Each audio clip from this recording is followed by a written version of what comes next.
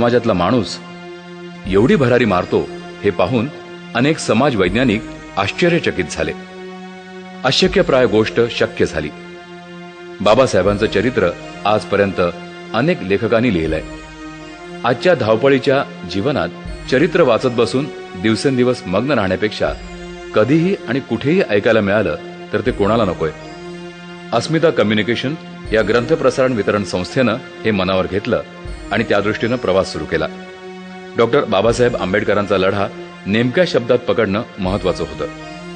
आंबेडकरी चळवळीतले एक कर्ते लेखक ज.वी. पवार यांनी ते लिहावं असं आम्ही ठरवलं आणि त्यांनी ते अक्षरशः 4-5 दिवसात लिहून दिलं. आंबेडकरी समाजातील तरुण हे चरित्र ऐकून स्फूर्ती घेतील अशी आशा आहे. लेखन आणि वाचन यात फरक असतो, त्यामुळे याला काही मर्यादा असतील, काही उणीवा असतील तर जाणकारांनी आमच्या त्या निदर्शनास आणून दिल्या